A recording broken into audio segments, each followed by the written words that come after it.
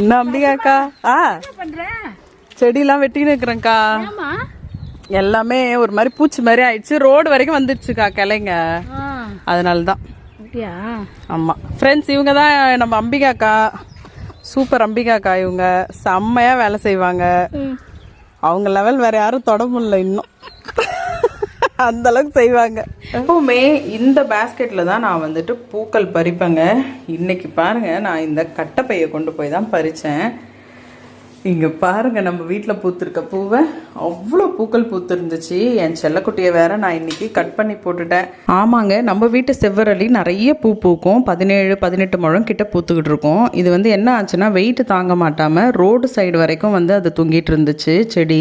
மாட்டுக்கு மேல கொசுக்கள் உட்காந்துருக்கும் இல்லையா, அதை வந்து அதை தேய்ச்சிக்கிறதுக்காக இந்த செடியை ஒட்டியே நடக்கும். அப்படி நடக்கும்பொழுது அந்த கொம்பை வச்சு உராசி நல்ல செடியை வந்து சாய்ச்சி விட்டுருது மாடும். அதுவும் ஒரு காரணம் தான். நம்ம அந்த பக்கம் வந்து கார் நிறுத்தும் போது இந்த சைடு நடந்து போகிறவங்க நம்மளை பார்த்துட்டு போகிற மாதிரி பண்ணிகிட்டு இருந்தாங்க.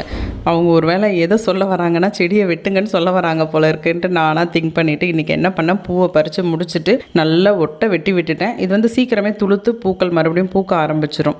இந்த மாதிரி அடர்த்தியாக வளரக்கூடிய செடிகள் நம்ம வைக்கும் பொழுது அப்பப்போ இந்த மாதிரி ட்ரிம் பண்ணுறதுன்றது ரொம்ப ரொம்ப முக்கியங்க. மோஸ்ட் ஆஃப் த டைம் எங்கள் வீட்டுக்கிட்ட பாம்பு வர்றது வந்துட்டு இந்த செடி அடியில் தான் வந்து அது படுத்துருக்கும். அது எப்படி வருது போகுதுன்னெலாம் தெரியாது, ஆனால் அது அந்த சைடு தான் போகும்.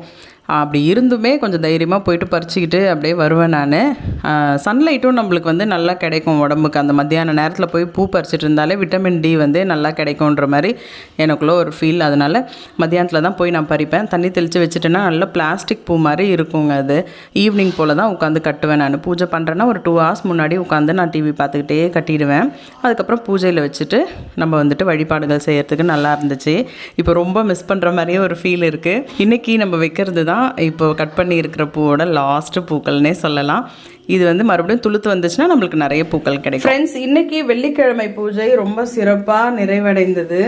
நேற்று வந்துட்டு இந்த மாலை எப்படி செய்யறது அப்படின்றத ஒரு வீடியோ போட்டிருக்கேன். இன்னைக்கு வந்து அப்லோட் பண்ணியிருக்கேன். அது கண்டிப்பாக எல்லாரும் செக் பண்ணிக்கோங்க. இந்த வீடியோ பிடிச்சிருந்துச்சுன்னா லைக், ஷேர் அண்ட் கமெண்ட் பண்ணுங்க. மறக்காம சப்ஸ்கிரைப் பண்ணிக்கோங்க. பாய்.